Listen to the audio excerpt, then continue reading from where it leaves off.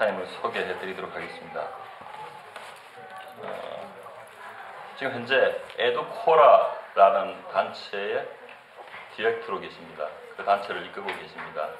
그 단체에서 하는 일들은 오늘 특강의 주제도 있지만 저희 특강의 주제는 이제 미국에서 어떻게 하면 생활을 잘 할 수 있는가 하는 건데, 이제 그러한 여러 가지 컨설팅, 개인이나 문화에 대한 컨설팅, 그 다음에 또 이제 구체적으로 진학이나 취업에 관한 컨설팅 이런 것도 해주시는 걸로 알고 있습니다.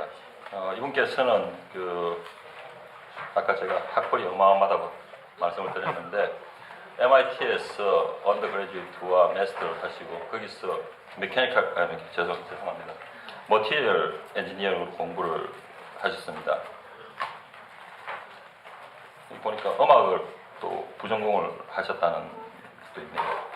여러모로 대단하신 분 같습니다. 그리고 이제 하버드에 가셔가지고 거기서 Regional Studies, East Asia에 대해서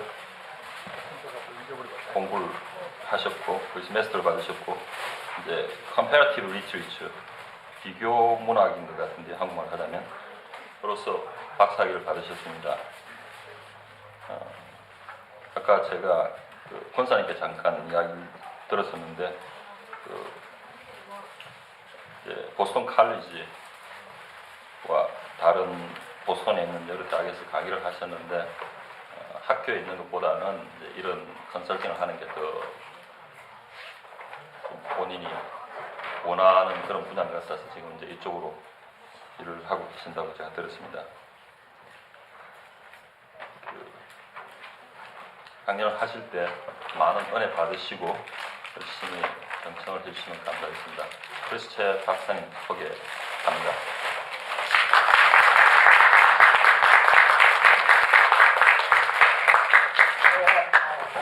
잘 들리십니까? 네, 안녕하십니까? 저는 오늘 여기 로드아일랜드 생명의 길 정릉교회에 와서 만나요. 네, 너무 좋은 시간을 가졌고 문 목사님 뵙고 집사님 분도 뵙고 여러 교인분들 또 오늘 어떻게 운이 좋게 다 단기 선교 갔다 오신 분들도 뵙고 그래서 너무 저는 은혜를 받고 기분이 좋습니다. 그래서 저는 소개를 해주신 것도 너무 과분하게 해주셔서 제가 말씀을 드리겠는데 사실이긴 합니다. 제가 그런 학교를 어떻게 하다 보니까 다니게 됐고 어떻게 하다 보니까 입학이 됐고 어떻게 하다 보니까 졸업된 거고요. 이거는 순전히 제 힘은 저는 거의 0%라고 생각을 하고 운이 좋았다고 얘기를 세상에서는 하지만 교회 안에서는 순전히 하나님께서 이끌어 주셔서 어떻게 입학이 다 안 될 부분인데 된 것 같기도 하고 졸업도 안 될 부분인데 된 것 같기도 한 기분이 저는 언제나 듭니다. 그래서 제가 할 수 있으면 여러분들은 다 하실 수 있다는 걸 믿으시고 네, 오늘은 그래서 제가 이런 말씀을 드릴 자격이 얼마나 되는지는 모르겠지만 너무 잘난 사람 얘기를 듣는 것도 또 좋지만 않은 것 같아요. 그래서 저는 잘난 사람이 전혀 아니기 때문에 제 말씀을 조금 들으시고 어떻게 하는 게 내 인생의 장래를 기획하는 데 도움이 될까, 또는 미국에서 생활을 하시고 계실 때 어떻게 하면 가장 보람된 행복한 생활을 할 수 있나에 대해서 잠깐 말씀을 나눠보도록 하겠습니다. 그래서 오늘은 시간을 내주셔서 우선 굉장히 감사드리고요. 네, 오케이.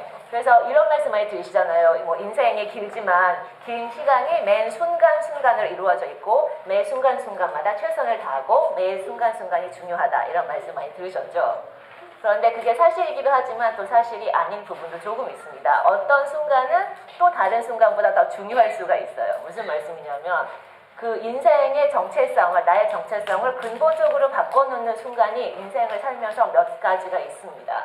그래서 지금 미국에서 태어나지 않으신 분이 미국에 오신 경우에는 아마 미국에 오신 그 순간이 어떻게 보면 약간 내 인생의 정체성을 근본적으로 바꿔놓은 그런 순간이 아닌가 싶습니다. 그렇죠? 또 어려서는 교회를 다니지 않으셨지만 나중에 교회를 다니게 되신 분 같은 경우에는 예수님을 만난 그 순간, 그것도 나를 완전히 근본적으로 바꿔놓은 그런 순간이죠. 그런데 미국에 오신 그런 순간이 여기 모이신 분 중에 혹시 그냥 한국에 계시다가 미국이나 가볼까? 이러고 오신 분 계십니까? 거의 아니시죠? 다 이건 큰 일이야 막 생각해서 기도하시고 준비하시고 힘든 결정을 하신 분들이 많으실 텐데요. 왜 그 결정이 힘들었을까요? 준비가 하기 굉장히 힘들 때문이죠. 왜냐하면 비용도 있겠지만 또는 한국에 남지 않고 미국에 오게 되면 포기해야 하고 희생해야 되는 것이 많다는 걸 알고 계셨기 때문이죠. 두 번째는 또 미국에 간다는 그런 중대한 결정을 했을 때 그것이 내 삶의 장래에 어떤 영향을 끼칠까 하는 모르는 미지의 것에 대한 그런 불안감이 있었기 때문에 아마 힘든 결정이 아니었을까 생각합니다. 그런데 지금 다 오셨어요. 그러니까 이렇게 힘들게 오신 이상 여기서 계신 시간을 가장 효율적으로 보내는 게 굉장히 중요하겠죠. 그리고 또 좋은 결과로 이어져야 할 것입니다. 그런데 제가 왜 여기서 보람과 행복을 말씀을 드리냐면요. 저는 미국 사람들이 행복을 굉장히 크게 칩니다. 그거는 아실 것 같은데, 왜냐하면 어떤 면에서는 미국 사람들은 그 의식주에 대한 그런 걱정이 조금 없는 편입니다. 그러다 보니까 그 2차원적으로 나는 행복한가에 대한 질문을 계속 자신한테 하면서 어떻게 하는 게 내가 개인적으로 행복하게 살 수 있는 길인가에 대한 질문을 많이 하거든요.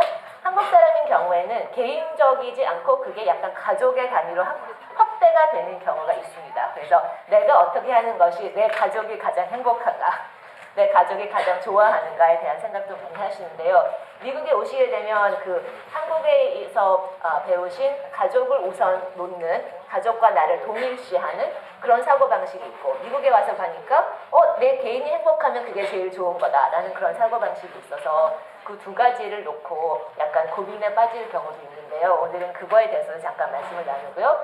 저는 행복과 보람은 조금 별개일 거라고 생각을 하는데, 행복은 영어로 뭐죠? happiness죠. 예. 보람은 뭐라고 어떻게 번역을 할까요? 좀 그렇죠. 예, 오케이. 열심히 네이버를 지금 찾아보실 수도 있겠지만, 네, 저는 사실은 보람이라는 말보다는 영어로 fulfillment라는 말을 더 좋아하는데요. 그러니까 내가 해야 할 일을 다 했을 때 거기서 오는 어떤 뿌듯함을 저는 보람이라고 생각하고 싶습니다. 그래서 미국에서 어떻게 하면 보람된 생활을 할 수 있는가.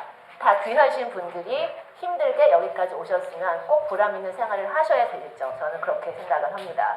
자, 그래서 그러면 어떻게 fulfilling life를 미국에서 하실 수 있는가에 대해서 잠깐 제가 말씀을 드리겠습니다. 보람이라는 것은 물론 여러 의미를 가지고 있습니다. 오늘은 그 중에서 미국에 오신 이유나 목적을 가장 잘 이루는 것이라는 정의를 잠깐 하고 들어가도록 하고요. 제가 보통 이런 말씀을 드릴 자리가 있는데, 그런데 보면은 연령층이 다 비슷하다거나 아니면 뭐 직업이 비슷하다거나 관심사라든가 미국에서 생활하신 기간 등이 비슷한 분들을 대상으로 말씀을 드리게 되는데, 오늘은 약간 그런 카테고리가 좀 딱히 정해져 있지는 않는 것 같아서 제가 준비를 하면서 어떻게 말씀을 드리는 것이 가장 덜 지루해 하실까에 대해서 고민을 하다가 교회라는 공통 분모가 있어서 그거를 가지고 약간 말씀을 드리고 또 구체적인 것보다는 그 상황이니만큼 약간 보편적인 말씀을 우선 드리게 될 거라는 점 이해를 바랍니다. 그래서 신앙생활을 잘 하기 위한 자세와 보람 있는 미국 생활을 하기 위한 자세에 비슷한 점이 조금 있다는 것을 저는 깨달았습니다. 그래서 먼저는요, 감사하는 마음이라고 저는 생각을 합니다. 네, 이거는 뭐 교회에서 보시면 다 아시는 컨셉이죠. 그렇죠? 감사하는 마음. 이것은 미국 생활에서는 어떻게 또 그 해석이 될 수 있냐면 부정적인 것을 보지 않고 긍정적인 것을 보는 것. 그게 하나가 되겠습니다. 말하자면 그러니까 미국에 오셔가지고 희생이 많고 포기하는 게 많으시죠. 그럴 경우에 여기서 일이 잘 안 풀릴 경우 그러면서 내가 여기 와서 잃은 게 많다. 뭐 친구도 같이 못 보고 엄마 아빠랑도 같이 못 있고 한국에 있는 그 소소한 재미가 많은데 놀지도 못하고 그죠? 먹을 것도 제대로 못 먹고 와서 좀 바보같이 사람들한테 보이기는 하고 사람들은 그렇게 생각을 안 할지 모르지만 내가 보기에 사람들이 꼭 나를 볼 때 바보로 보는 것 같아요. 왜? 말을 못 알아듣고 문화에 적응을 못하니까. 그래서 그런 거를 계속 이렇게 생각을 하시면 나쁜 것만 보이거든요. 그래서 그런 것보다는 그거를 감사하는 마음으로 보자. 이거는 이렇게 좀 순진하자고 드리는 말씀이 아니고요. 그런 나쁜 일이 나한테 생겼을 때 그거를 어떻게 감사를 할 수 있을까요? 하나는 내가 그런 그릇이 되니까 그런 시련을 주시겠다는 저는 그런 거를 생각하고 싶습니다. 그래서 제가 한국말을 잘 못하지만 이해해서 들어주시고요. 두 번째는 나쁜 일이 생기면 또 하나 뭐가 있냐면 내가 그만큼 남을 이해하는 데 도움이 됩니다. 그렇죠. 그래서 내가 힘들어 봐야지 남의 힘든 것도 어느 정도 가늠이 되고 그 성공 가동을 쭉쭉 달리는 사람은요 정말 이해를 못합니다. 제가 대학교에 다닐 때 그 소위 MIT 라이퍼라는 교수님이 계셨어요. 저희 그 학과에. 그분은 뭐냐면 학부, 석사, 박사를 다 하시고 교수까지 거기 한 곳에서 하신 분이에요. 그분은 A+가 아닌 거는 상상을 못하고 잘하신 분입니다.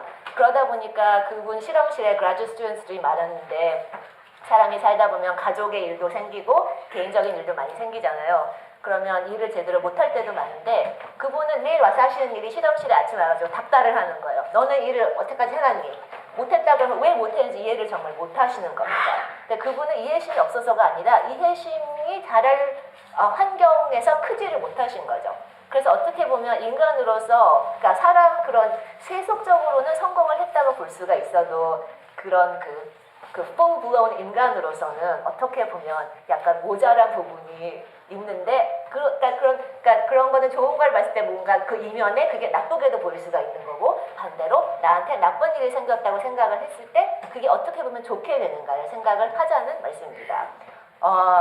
미국 생활하시면서 힘들고 나쁜 일이 한두 개 없었던 분은 아마 없으리라고 생각을 하는데요. 보시면서 내가 여기서 얻을 것이 무엇인가에 대해 생각을 해보고요. 또 하나는요, 실망스러운 일이 많죠. 그러니까 미국에 오기 전에는 저도 그랬지만 학교에 가면 이럴 것이다. 나는 가서 이렇게 얘기하고 이런 사람이 될 것이다. 그 미드에서 보는 것 같은 그런 친구들만 학교에 다닐 것이다. 근데 와보니까 금발도 별로 없고, 그죠? 다 거의 까만 머리고, 그 TV에 보는 것과 많이 다르지 않았습니까? 저는 맨 처음 왔을 때 그래서 놀랐던 적이 있는데요. 뭐 그거 외에 또 미국 친구를 사귀면 내가 이렇게 얘기를 할 수 있을 것이다. 뭐 진정한 우정을 가질 수 있을 것이다. 생각을 했는데 내 생각대로 안 된 적이 굉장히 많으시죠.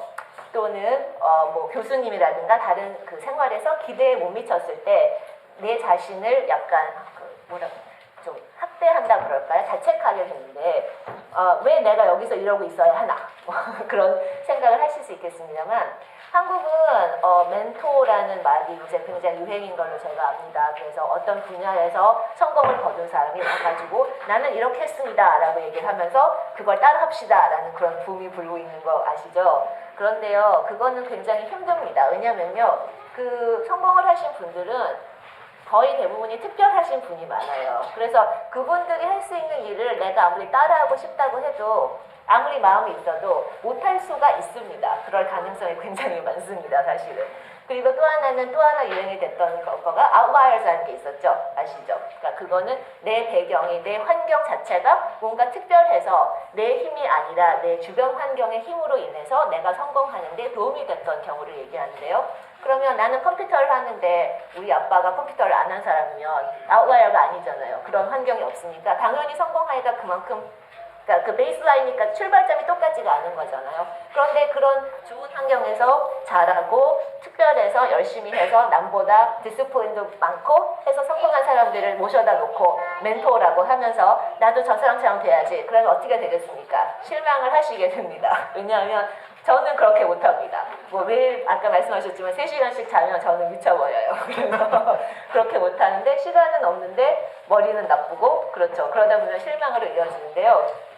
좋은 거를 제가 하나 가르쳐 드리겠습니다. 멘토를 보시고 물론 그 목표를 주시는 거 좋습니다. 저렇게 훌륭한 사람이 있으니까 나도 언젠가는 내 분야에서 내가 할 수 있는 만큼의 성공을 거두고 싶다. 좋지만요. 또 하나 쉬운 게 하나 있어요. 저는 이걸 negative example이라고 얘기를 하는데요. 그러니까 모든 사람에게서 배울 수가 있다는 말씀입니다. 무슨 토크를 가시거나 학교에서 그런 거 많이 가시나요? 무슨 워크숍이라든가 뭐 렉처스 같은 거 가시나요? 가셔보시면 어쩔 때는 이해가 안 되는 말을 막 할 때도 있죠.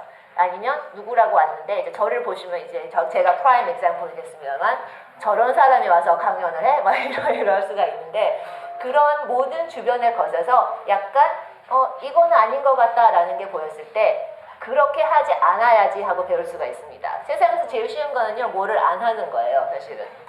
그건 다 하실 수 있죠. 그래서 나쁜 거를 보고 나는 그렇게 하지 않는다 라고 배우는 거. 그러다 보니까 좋은 시간이건 나쁜 시간이건을 가졌을 때 그게 다 도움이 될 수 있다는 말씀입니다. 그래서 버릴 게 없는 순간순간을 살 수가 있습니다.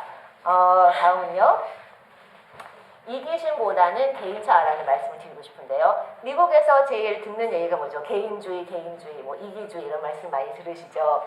그리고 보시면서 정말 친구들 진짜 막 이런 생각을 하시는 적도 있으리라고 생각하는데요. 이거는 미국 사람들이 알고 있는 개인주의가 뭔지를 제대로 아시면 조금 더 이해하실 수가 있습니다. 이게 어떻게 그 신앙생활과 연결이 되느냐? 여러 가지 제가 단어를 먼저 말씀을 드리겠습니다. 우선은 judgment가 있겠고 또 하나는 patience. 그러니까 judgment는 누구를 심판하고 이렇게 판단해서 딱 이래 하고 하는 거죠. patience는 인내심. 그 다음에 empathy, sympathy라는 게 있는데요. 이거는 제가 조금 남겨뒀다가 나중에 다시 말씀을 드리도록 하겠습니다. 또 하나는 peer pressure라는 게 있습니다. 그러니까 주위 사람들의 시선이 되겠습니다. 그게 교회 생활에서는 주위 사람들이라는 것은 물론 교회 안에서 주위 사람들도 있겠지만 보통은 그러니까 우리가 세상 안에 살고 있기 때문에 교회를 다니지 않는 내가 매일 보는 그런 다른 사람들을 말하겠죠. 그런데 그 저징에 대해서 먼저 말씀을 드리면 그 마태복음 7장인가 나오잖아요. 그러니까 뭐 심판하지 말라 어쩌고 나오는데요. 거기 보시면 그 말을 그 미국 생활로 조금 바꿔서 풀이를 해보자면 누구를 봤을 때 또는 어떤 일을 겪었을 때 미국에 와서 새로 겪으신 일이 굉장히 많을 거라고 생각이 드는데 그러실 때 성급히 뭐는 뭐다라고 정의를 내리고 판단을 하지 말는 게 좋습니다.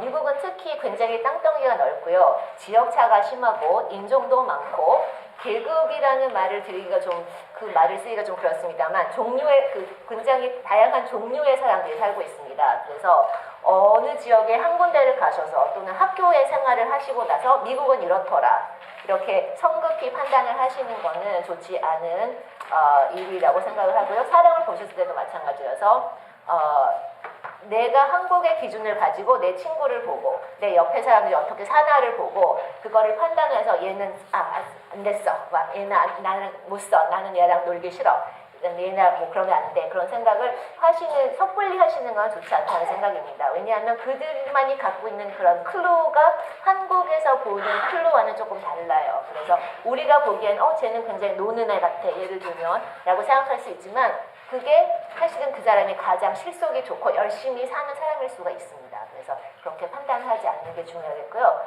또 하나는 내 생각과 다르다고, 내 철학 방식, 내 삶의 방식과 다르다고 저지를 하면 안 된다는 거죠.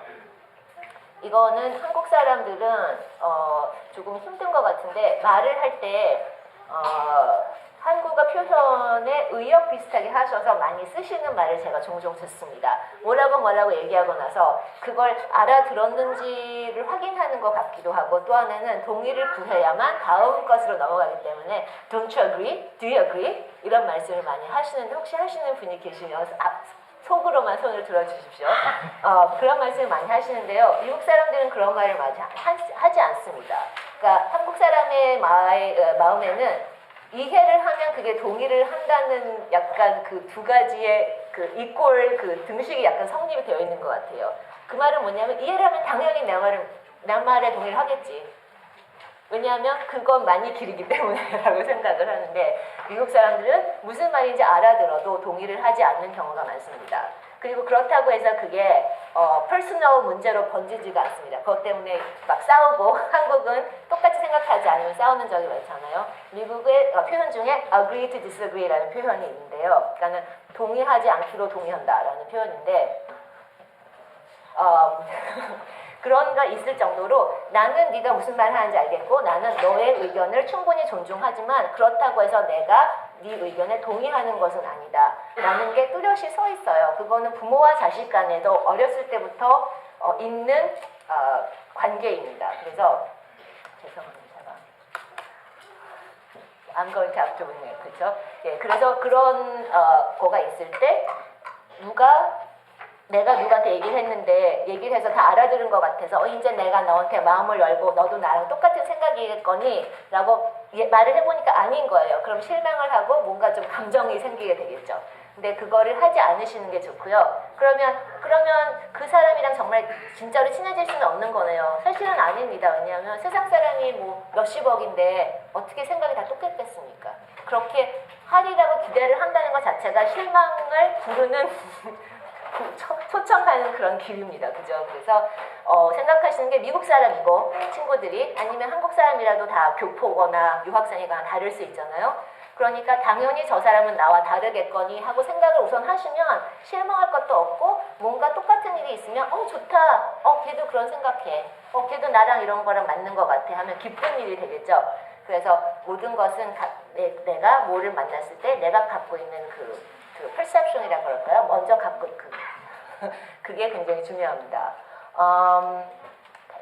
그리고 사람들이 누구가 반대로 나는 어떻게 생각해 하고 얘기를 할 수 있잖아요. 그럴 때 나는 그렇게 생각하지 않는데 그래 이렇게 얘기해 주실 필요도 없어요. 왜냐하면 미국 사람들은 나는 그렇지 않은데 하고 말을 듣는 거가 익숙해 있습니다. 그래서 한국 사람처럼 그렇게 얘기하면 얘가 나를 싫어하지 않을까 그런 생각은 조금 덜 하셔도 되고 차라리 그거보다는 나는 네 말을 충분히 알겠는데 나는 그 대신 이래 라고 얘기해 주는 거가 사실은 더 친해질 수 있는 길입니다. 그리고 미국 사람이 그런 거를 마음에 두고 한국 사람만큼 마음에 두지는 않습니다. 네.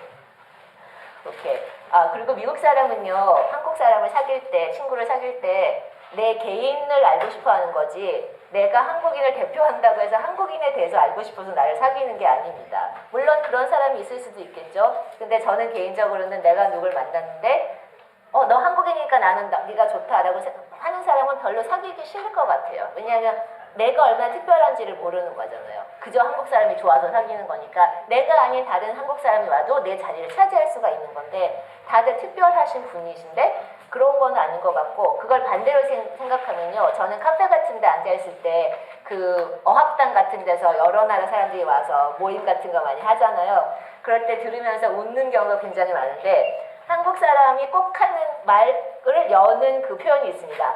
In Korea we 어쩌고 저쩌고. 그러니까 한국에서는 우리 이렇게 해. 이 말을 굉장히 많이 하시거든요.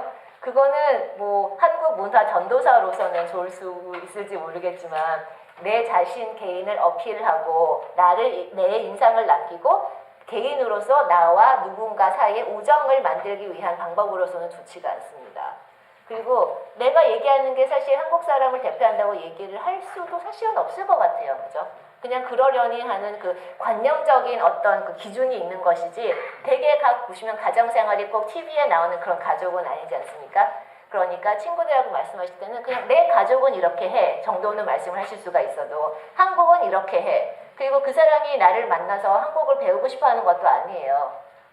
바꿔서 생각해 보시면 혹시 유럽 쪽이나 뭐 남아시아 쪽에서 오신 친구분이 있으시면 그분의 오신 그 나라와 뭐 말과 동네를 완전히 딱 알고 계십니까? 아닌 경우도 있죠. 그러니까 남이 우리를 봤을 때도 걔가 일본에 중국에 한국에 그냥 비슷한 것 같아 이렇게 생각을 할 뿐이지 나는 한국이 너무 좋아서 얘를 만나가지고 한국에 대해서 다 알아야 되겠어 이런 마음으로 갖고 오는 친구는 많지가 않을 겁니다. 근데 아닌 사람을 옆에 두고 친해지겠다고 한국에서는 뭐 술 마실 때 이렇게 해, 뭐 놀 때 이렇게 해, 엄마한테 이렇게 해, 뭐 아빠한테 이렇게 해 하고 하는 거는 나를 보여줄 수 있는 방법이 아니기 때문에 그쪽에서는 나를 안다는 생각이 들지 않으니까 그쪽 마음도 열지 않게 되는 거죠. 그래서 나는 이렇게 생각해. 나를 뚜렷이 얘기할 수 있는 것도 굉장히 중요합니다. 그래서 이렇게 개인주의, 개인차가 많다 보니까 어떤 면에서는 신앙생활을 미국에서 하기가 더 편할 수도 있습니다. 그건 무슨 말씀이냐면 미국에서 특히 이쪽 동북부 지역이라든가 뭐 학교를 대학교, 대학원을 다니는 분들은 교회에 많이 나가지 않죠. 네, 그러니까 한국에 비해서. 그런데 여기 역시도 개인차와 취향을 굉장히 존중하기 때문에 이건 아셔야 되는데요. 한국에서는 교회 안 다니는 사람들이 교회 다니는 사람을 보는 그 시각이 있습니다. 뭔지 말씀 안 드려도 아시죠? 뭐 이상한 별명을 붙여서 부른다든가 뭐 그 댓글에 보면 많이 나와 있지 않습니까? 미국은 뭐 속으로는 어떤 생각을 하는지는 모르지만 내가 그러니까 신앙생활이 개인의 취향이라고 생각을 하는 편입니다. 그래서 나 교회 나간다고 하면 그래? 이러고 말지 너는 왜 그걸 하냐? 뭐 그러니까 한국처럼 바보다라든가 뭐 그런 말을 하지 않는다는 것입니다. 그래서 그런 면에서는 신앙생활을 하기가 편하지만 한편으로는 전도가 힘들 수 있습니다. 왜냐하면 나는 이게 너무 좋아서 얘기를 해도 너는 그게 좋아하니까 좋아하는 거고 나는 아니다라는 선을 그을 수가 있거든요. 그래서 그렇게 실망을 하실 수가 있기 때문에 미리 말씀을 드리니까 그쪽에서는 조금 좀 조심을 하시고 말을 하는 것보다는 저는 행동으로 보여주는 게 좋은 것 같아요. 그래서 내가 행복하고 내가 기쁘게 다니면 자연히 얘는 왜 그럴까? 나랑 똑같은 점수도 받고 이런데 왜 그럴까? 그럴 수 있겠죠. 그래서 말로 이 교회 나오면 정말 좋다 하는 것보다는 내가 행복하게 살고 있다를 보여주는 것도 좋은 전도 방법인 것 같습니다. 미국 사람들은 남에게 부담이나 피해를 주지 않는 한에서는 뭐를 해도 괜찮다는 생각을 대부분 갖고 있습니다. 그래서 한국과 조금 다른데요. 오지랖이라는 표현 아시죠? 그러니까 미국에는 그게 있으면 안 돼요. 그렇죠? 그러니까 나는 사실은 네가 걱정돼서 하는 얘기인데 그쪽에서는 그거를 왜 나한테 참견을 하느냐, 내가 너한테 피해 줄 일을 하지 않았는데 라고 받아들이거든요. 그래서 이거는 친구와 친구 사이도 있겠지만 뭐 부모와 자식 사이도 있겠고 부부 사이도 있겠고 뭐 남자친구 여자친구 사이도 있겠고요. 그래서 이런 거는 조심해서 접근을 하시는 게 좋습니다. 또 하나는 그래서 다른 사람이 뭐 하나 신경 쓰지 않는 게 좋죠. 물론 미국에도 peer pressure라고 해서 어떤 집단 안에 있는 개인에게 똑같은 행동을 강요하는 게 있긴 합니다만 한국만큼 만연해 있는 것 같지는 않습니다. 기독교인들이 사실 힘든 것이 우리가 뭐 산속에 들어가서 뭐 절이 있다면 가서 한다든가 무슨 수도원에 있어서 카톨릭처럼 그렇게 산다든가 하면 세상과 끊고 내가 보고 싶은 것만 보고 생각하고 싶은 것만 생각하고 살 수가 있기 때문에 편할 수가 있지만 우리의 처지는 그런 게 아니죠. 세상에 나가서 살아야 되니까 그 표현을 다 아시죠? 그러니까 in the world라는 표현이 있고 of the world라는 표현이 있죠. 그러니까 우리는 세상 안에서 살고 있지만 세상의 것은 아니다라는 거죠. 그래서 미국 생활이라든가 죄송합니다. 학업이나 취업 활동도 조금 비슷한 면이 있어서 내가 이걸 잘 하고 있는 건가 자꾸 안달하게 되고 남들과 비교를 하게 되는데요. 그게 사실 아니라 내가 좋은 거를 찾으면 됩니다. 그리고 미국 사람들한테 설명을 할 필요도 없어요. 그냥 나는 이게 좋아. 그럼 왜? 물어보자. 왜 그거는 뭐 장래도 없는데 왜 힘든 걸 하니? 이렇게 그래서 남을 이해를 시켜야만 내 직업의 정당성을 어느 정도 주장을 할 수가 있는데 여기서는 과목이 전공 과목이 되었든 직업이 되었든 나는 그게 좋아서 해 하면 그래 그러고 맙니다. 좀 편하긴 하죠. 좋습니다. 어차피 한국에서 오신 분은 또는 교포 분이시라도 부모님이 1세대, 이민 1세대이신 분은 미국 사람들이 보기에 조금 다릅니다. 그래서 나는 그냥 다르다라고 생각을 아예 해버리시면 편할 것 같아요. 그리고 나는 그 대신 미국 문화를 이해해서 소통할 수 있도록 노력을 하겠다라는 자세를 갖는 게 중요할 것 같습니다. 그러면 이제는 그럼 뭐가 필요한가에 대해서 잠깐 알아보겠습니다. 소통, 방금 말씀드렸는데 그게 굉장히 중요합니다. 내가 훌륭한 일을 했을 때 그걸 잘 알리기 위해서도 소통을 잘 하는 것이 중요하고 내가 또 할 수 있는 일을 알리기 위해서도 중요합니다. 외국어를 배우는 이유는 순전히 학문적이거나 아니면 내가 그 문화가 좋아서 그냥 배우고 싶어서 배우는 것 외에는 그 언어를 사용하는 누군가와 소통을 하기 위함입니다. 그죠? 그러다 보니까 소통을 잘 하려면 물론 언어적인 소질이라든가 머리도 있어야 되겠지만 그런 조건이 다 비슷하다는 전제 하에서는 중요한 것이 물론 말을 많이 아는 거겠죠. 우선은 그러니까 말을 모르면 말을 할 수가 없습니다. 그건 당연한 얘기 같지만 또 다들 또 잊어버리시는 경우도 많은 것 같고요. 그래서 뭐 어떻게 하면 영어를 잘할 수 있는가? 나는 뭐 단어를 배워야 됩니까? 수거를 배워야 됩니까? 뭐 회화를 해야 됩니까? 뭐를 해야 됩니까? 여러 가지 방법이 뭐 2,000개, 3,000개 정도 있지 않나 싶습니다. 그리고 아마 그런 거에 대해서는 저보다 더 많이 알고 계신 분도 여기 계시리라 생각하는데요. 그거는 잠시 후에 다시 말씀을 드리도록 하고요. 두 번째로 필요한 것은 소통을 하기 위해서 문화에 대한 이해입니다.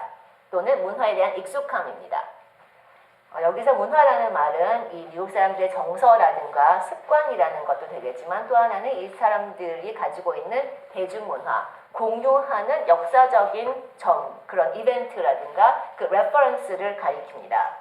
말만 잘한다고 해서 소통이 잘 되는 게 아닙니다. 소통이라는 거의 결과는 뭐죠? 그 듣는 사람에게 내 뜻을 가장 잘 이해시키는 게 소통을 잘하는 거죠. 문법을 다 100% 할 필요도 없고요. 그 사람한테 전달만 잘 되면 됩니다. 그래서 언제나 말을 하실 때는 내가 말을 하려고 하는 이유가 무엇인가? 내가 얻고자 하는 것이 무엇인가?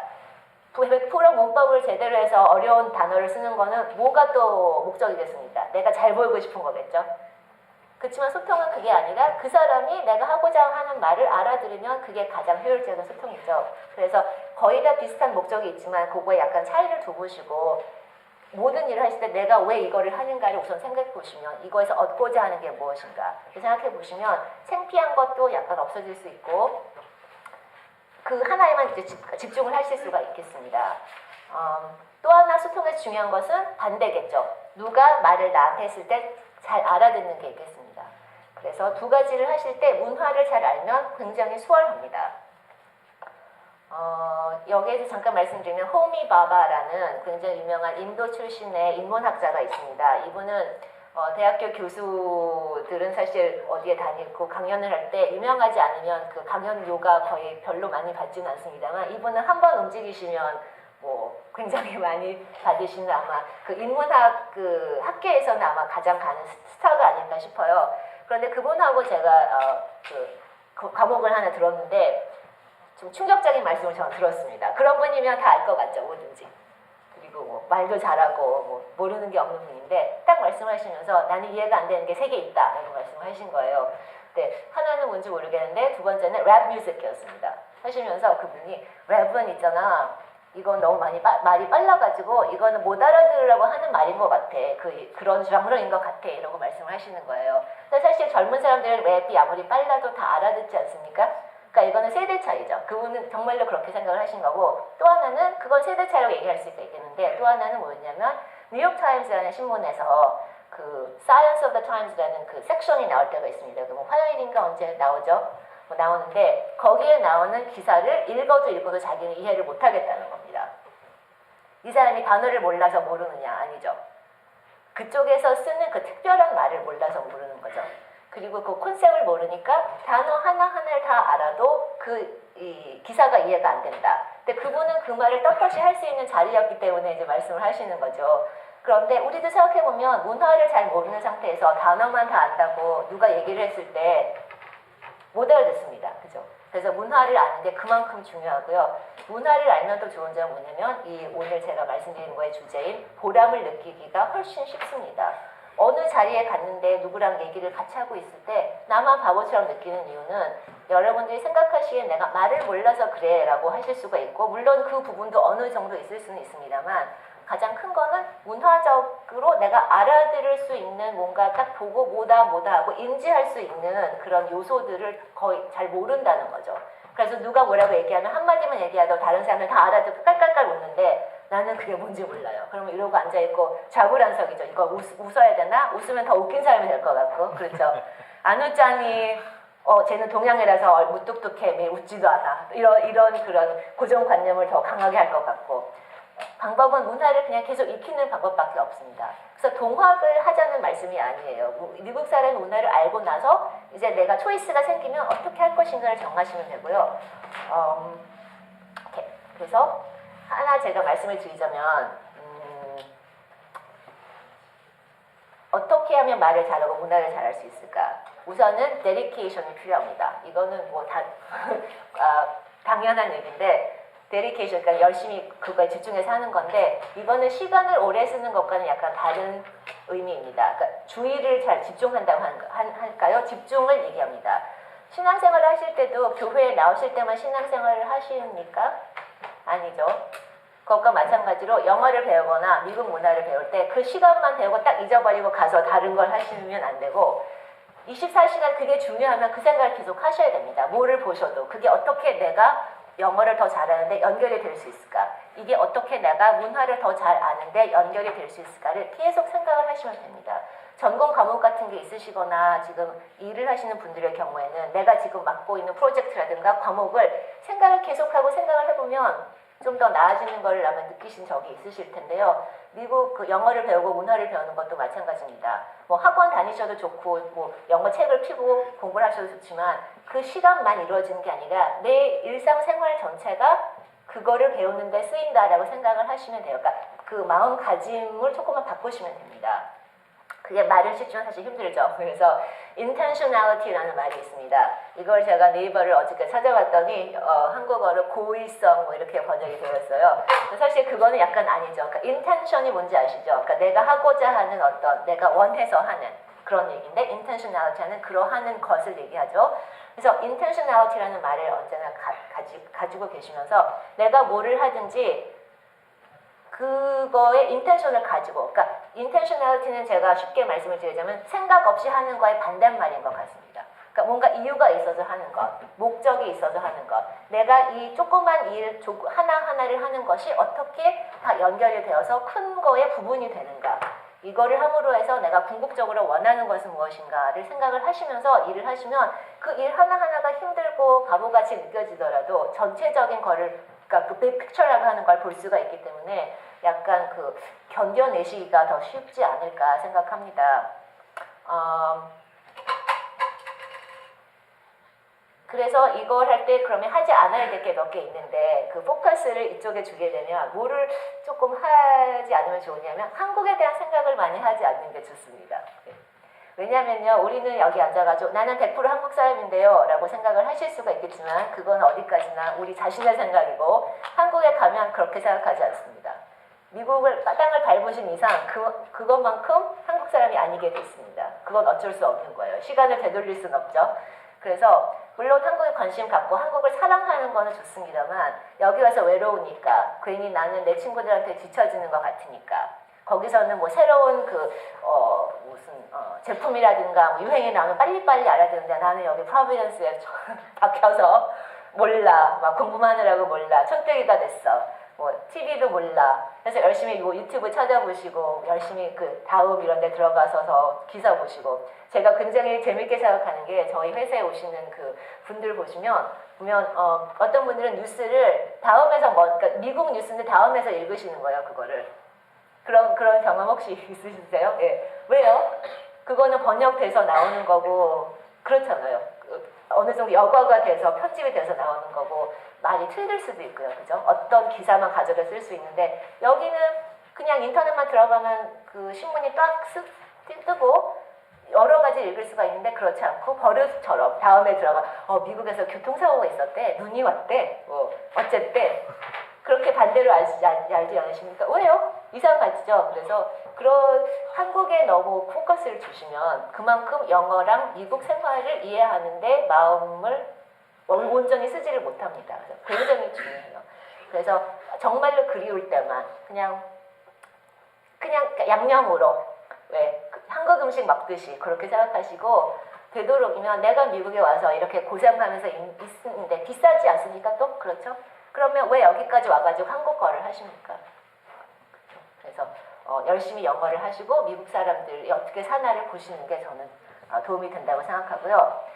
여기서 말씀드릴 것은 조금 전에 미국을 오신 이상 그만큼 한국 사람이 아니라는 말씀을 했는데, 그 아까 말씀드린 호미 바바라는 그 교수가 그 이론을 썼는데 굉장히 유명한 말이 하나 나왔습니다. 터미널로지가 나오는데 margin이라는 말입니다. margin 아시죠? 근데 margin이라고 딱 했을 때 생각나시는 게 이제 비즈니스를 공부하신 분은 이윤 이렇게 생각을 하실 거고, 뭐 디자인 같은 거 하신 분은 그 테두리 옆에 그런 걸 생각을 하시죠. 근데 그분은 그걸 얘기하는 거죠. 가장자리를 얘기하는 건데요. 이분은 뭐냐면 margin에서 새로운 문화가 창조가 되고 margin에 있는 사람들이 가장 자유롭고 그 가능성이 많고 기회가 많다는 얘기를 합니다. 그래서 어떤 문화이건 어떤 집단이건 거기에 맨 가운데 있으면 발전을 하기가 힘듭니다. 왜? 주위를 돌아봐도 다 똑같은 것만 있고 발전을 안 해도 나는 편하게 살 수가 있거든요. 근데 미국에 오신 이상 벌써 마진에 계신 거예요. 그러니까 한국에서 봐도 그렇고 미국에서 봐도 그렇죠. 그러면 굉장히 좋은 겁니다. 내가 이렇게 좋은 기회에 있을 수가 없어요. 이거는 내가 마음대로 마진에 있고 싶다고 해서 마진에 있게 되는 게 아니거든요. 그런데 어떤 이유로 해서 하나님께서 우리를 다 마진에 놓으셨습니다. 그래서 그게 나쁘게 보면 변두리야. 나는 뭐라 그러죠? 쩌리? 저는 뭐 그렇게 얘기를 하는데 그게 아니라 나는 얼마나 좋은 기회에 있어. 이쪽 저쪽이 다 돼. 두 가지 그게 있을 때 교집합이라고 하잖아요. 교집합에 이렇게 모이는 그 생성되는 과정을 보시면 어디가 먼저 제일 붙습니까? 가장자리가 제일 먼저 붙죠.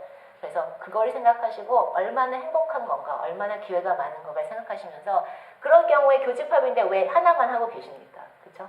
이쪽도 같이 하시는 게 그 기회를 온전히 쓸 수 있는 방법입니다.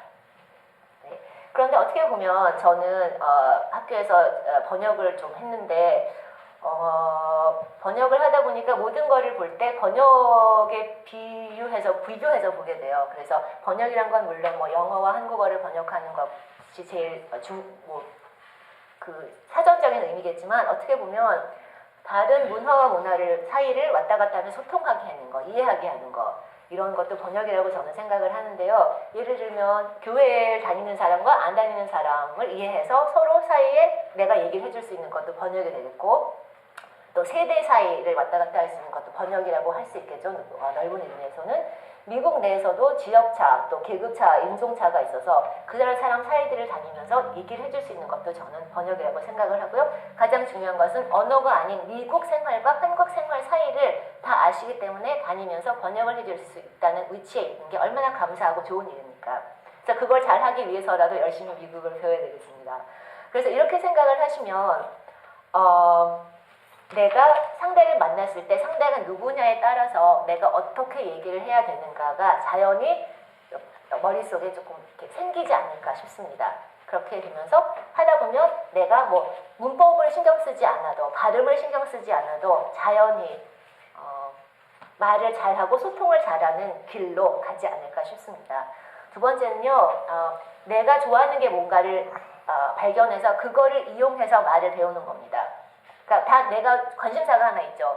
저는 몇 개가 있는데 저는 스포츠를 굉장히 좋아해서 스포츠에 관한 한 10몇 년 전에는 스포츠에 관한 블로그를 다 읽었어요. 그래서 ESPN에 그때는 블로그가 몇 개 없어가지고 매일 들어가서 보면서 따라 읽습니다. 소리내서 읽으면서. 왜냐면 블로그 같은 거는 구어체로 많이 쓰여 있습니다. 그래서 쏟아내서 읽을 수가 있고요. 그러면 나 혼자 하니까 창피할 것도 없어요. 그죠? 그냥 읽어보시고 그렇게 해도 되고 그렇게 되면 두 가지 좋은 점이 있는데요. 옛날에 천자문을 읽고 한국에서 한문으로 된 책을 읽었을 때 좋은 점이 있었는데 그건 뭐냐면 글을 하나 띄면 한문도 알게 되지만 그 글에 담긴 내용도 같이 배우게 되는 점이 있었습니다. 그죠?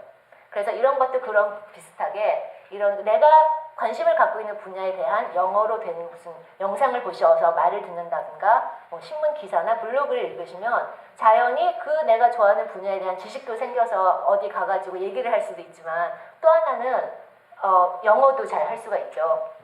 그래서 일거양득이라고 얘기를 하겠습니다. 또 하나는 그 블로그라든가 신문 기사 밑에 요새는 댓글을 많이 달 수가 있습니다. 미국도 그렇습니다. 한국만큼 재미가 있고 이렇지는 않습니다만 몇 개씩 있어요. 그러면 보시면서 그게 사람들이 정말 쓰는 말입니다. 그러니까 여과되지 않은 말을 많이 씁니다. 근데 보실 때 나는 내 친구들 미국 애들인데 나한테 얘기할 땐 그렇게 안 하는데요? 이건 뭐예요? 그러실 수가 있죠. 바꿔서 생각해보니까 보시면 한국에 외국인이 왔습니다. 근데 내가 딱 얘기를 해보니까 이 사람의 한국어 실력은 이 정도예요. 그럼 그 사람한테 말을 할 때 내가 시급 다 하겠습니까? 요만큼 하겠습니까? 요만큼만 하죠. 그러니까 바꿔서 무슨 말씀인지 아시겠죠? 그래서 내가 내 친구의 말을 다 알아듣고 내가 얘기하는 걸 내 친구가 다 알아듣는 거는 그 사이에 어느 정도 익숙해져서이지 그 친구가 다른 친구한테는 그렇게 말을 안 할 수가 있어요. 그러니까 조금 봐주는 거죠. 어떻게 보면. 그래서 이 댓글 같은 것도 읽어보시면서 미국 애들은 그렇게 얘기하는구나. 왜냐하면 어릴 때 여기 없었으니까 모르시잖아요. 그래서 그런 거를 보는 것도 재미가 있고 굉장히 유익하다고 말씀드리면 좀 아니겠습니다만 욕을 읽으라고 말씀을 드리는 게 그렇지만 미국에서 말하는 표현 방법을 굉장히 생생하게 배울 수 있는 길입니다. 영어 또 하나는요. 그런 카페나 교실에서 계실 때 나는 쏙 빠지고 다른 사람들이 얘기하는 걸 약간 듣는 방법이 있습니다. 이거는 뭐 엿들으라는 게 아니라 들리면 들으시는 건데요. 그게 아까 말씀드린 것처럼 여과 없이 나를 배려해주지 않고 자기가 쓸 수 있는 말을 다 사용해서 쓰는 대화거든요. 빨리 얘기할 수도 있고 단어를 다른 걸 쓸 수도 있고요. 또 주제나 소재가 다를 수 있고요. 열심히 들어보시면 귀가 조금 뚫린 후에는 이런 표현이 있구나라는 걸 아시게 돼요. 그래서 내가 이런 걸 하고 싶은데 이렇게 얘기하는구나. 그렇게 아시면 그 다음에 하실 일이 꼭 하나 있습니다. 댁에 가셔서 그거를 연습을 하셔야 돼요. 언어가 힘든 이유는 학문만이 아니기 때문입니다. 그래서 여기 오신 분들은 물론 다 공부를 열심히 하시고 이렇게 열심히 하셔서 오셨겠지만 공부만 한다고 되는 게 언어가 아니에요. 언어는 음악이라든가 스포츠처럼 이론도 있어야 되지만 실제로 내가 몸으로 익혀서 이 근육이 기억을 하고 있어야 됩니다. 이거가 기억을 하고 혀가 기억을 해야 돼요. 그래서 뭐를 하나 배우시면 그랬구나 하고 뭐 이렇게 하이라이트 펜으로 하시지 마시고 그거를 댁에 가서 말이 되든 안 되든 열심히 똑같은 억양으로 해보시는 게 중요합니다. 읽지 않으면 정말 써야 될 때 나오지 않습니다. 그죠? 그래서 애기들이 배우는 과정이 그래요. 생각해 보시면. 그죠? 엄마가 하는 말 따라하고 자기 혼자 막 말 안 되는 말 하고 그러죠. 그래서 이건 악센트의 문제도 아니고 발음 하나하나의 문제가 아니라 어떤 표현을 배우셨을 때 그냥 그대로 해주시는 거. 계속해서 뭐 샤워해서 하셔도 되고요. 룸메이트가 있어서 좀 창피해 하시면 샤워해서 하셔도 되고요. 뭐 신문 같은 거 제가 한 것처럼 블로그를 읽으시면서 소리내서 읽어보셔도 되고요. 그렇게 하시면 이 영어를 그 억양에 익숙해지고 표현이 어느 사이에 보면 내가 이 표현 배운 걸 내가 모르는 사이에 내가 내 친구한테 이거 썼어. 이런 날이 꼭 옵니다. 그리고 또 하나는 읽는 게 나는 잡지도 힘들어서 못 읽겠어요. 블로그 너무 길어요. 그러시는 분이 있으시죠? 그럴 경우에는 제가 힌트를 하나 드리겠습니다. 카탈로그를 읽으시면 됩니다. 네. 카탈로그는 굉장히 짧죠? 그리고 그림이 있습니다. 그림책입니다. 네. 그래서 저 같은 경우는 대학교 때 요새도 하는지 모르겠는데 제이크루라는 옷 회사가 있는데 가면 그 기숙사 그 현관에 이만큼 쌓아놓지 않습니까? 요새도 그러나요? 네. 그래서 그걸 하나 가져다가 저는 옷을 워낙 좋아하니까 이제 볶는 거예요. 보면 거기는 색깔 이름이 굉장히 잘 나옵니다. 뭐 노란 걸 그냥 노랑 하지 않고 뭐 sunset 막 이렇게 나와 있고. 근데 노랑 앞에 그렇게 써 있으니까 보고 이건 이거구나. 뭐 phone 이렇게 써 있는데 phone이 뭔지 몰라요.